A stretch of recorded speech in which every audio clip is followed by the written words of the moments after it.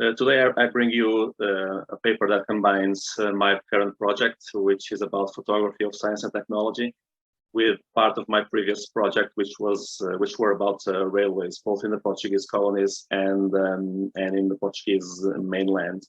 And I add to that an overall perspective over infrastructure.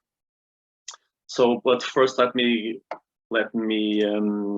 get you some context. So my time frame is roughly the second half of the 19th century, where there was a strong investment program in Portugal to modernize it, both in the mainland and in its former colonies. And that this period coincided with the development of the use of photography in Portugal, which was practiced since middle 19th century. Photography was considered a product of science and technology, a result or met the positivist feeling of the time, and it came with an alleged mechanical objectivity that portrayed reality as reality was. And so from this intersection between photography and this modernizing program, we have lots of pictures that depict engineering works or railway stations. Here you can see a railway station in the south of Angola, or the building of harbors, public buildings with new architecture and using new materials like steel and window and glass, and also some housing projects that were also very engaging from an architectural point of view. And of course, the modernization of shipping, both in terms of trade shipping and war shipping. And I claim that this infrastructure, they are hotspots that combine progress and modernity from one point of view, but also colonialism and imperialism from another point of view. And I brought here a quote from Jeremy Foster that says that railways and photography are the 19th century's most insidious agents of specialization. But I claim that if we replace railways by infrastructure in that sentence, I think we can also get a very good point of a very good argument. Of course, that the objectivity of photography was a mere fallacy, and in fact, it was a very subjective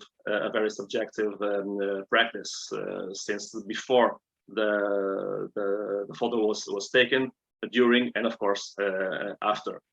As you probably all know, there is substantial literature about the interpretation of photographs. But for the purpose of my paper, it is important to point out that despite their subjectivity, photographies were accepted as true and objective, that depicted reality as reality was, and therefore they became a very powerful tool to produce ideology. And this was repeated and was publicized using the press, mostly at the end of the 19th century when the halftone arrived to the Portuguese printing presses, but also before, when the press used wood engravers to replicate original photos and show them to their readers. And here I'm going to show you some pictures of the press, and you can see also another aspects of the modernization of Portugal, and this included, for instance, new sports like motorbikes, or new industries, modern industries using steam engines and modern machines. Also hospitals. Here you can see a hospital. I think it's in the south of Mozambique, if I'm not mistaken.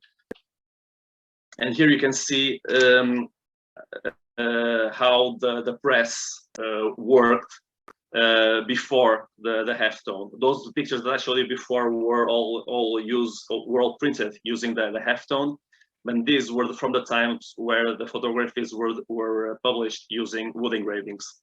And here you can see how the replica was pretty similar to the original photograph.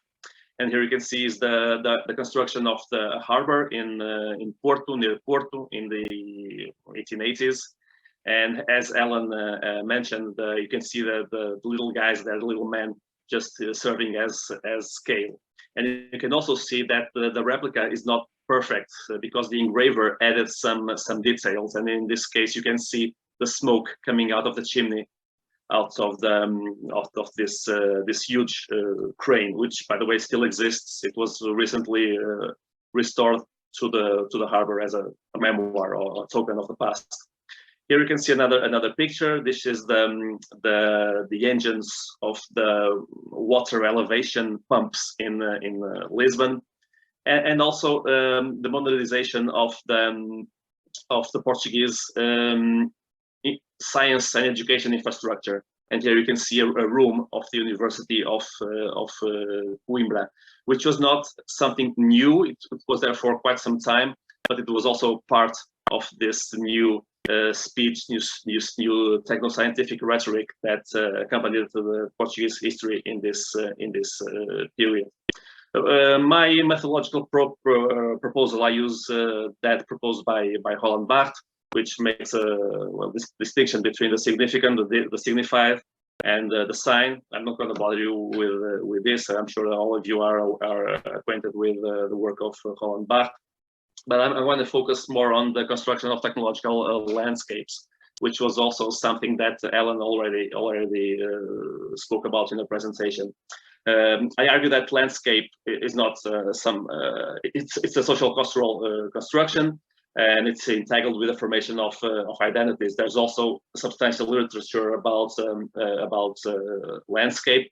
David Nye, for instance, claims how landscape is inseparable of technology, and therefore it speaks about technologies of landscape. But we take a different turn and speak about technological landscapes, and this can include both the human and non-human actors. And photography was a central element to construct and to publicize these new landscapes through its ability to focus on short glimpses of reality and then to repeat them using the illustrated press and other means of reproducing photography. It is important to highlight in this photograph some key elements that help to characterize the technological landscapes. For instance, the straightness of the engineering works, or the railways that often contrast with the surrounding environment. And some also make a comparison, a contrast between these engineering works and the nature that's surrounding it, almost claiming that the nature was being domesticated. I'm going to show you a few pictures about this in the next slides. Another usual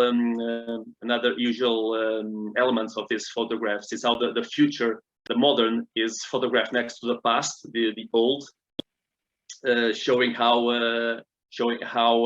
Portugal in this case was modernizing itself. Engineering works are introduced as civilizing works, to use the expression of Dreiser. And in the case of the Portuguese colonies in Africa, they are both characterized as a territory where education, where civilization, between commas, and work and technology were absent, but at the same time were a land of opportunities. And here you can see some pictures that illustrate what I said in the previous slide. Here you can see how the straightness of the railway.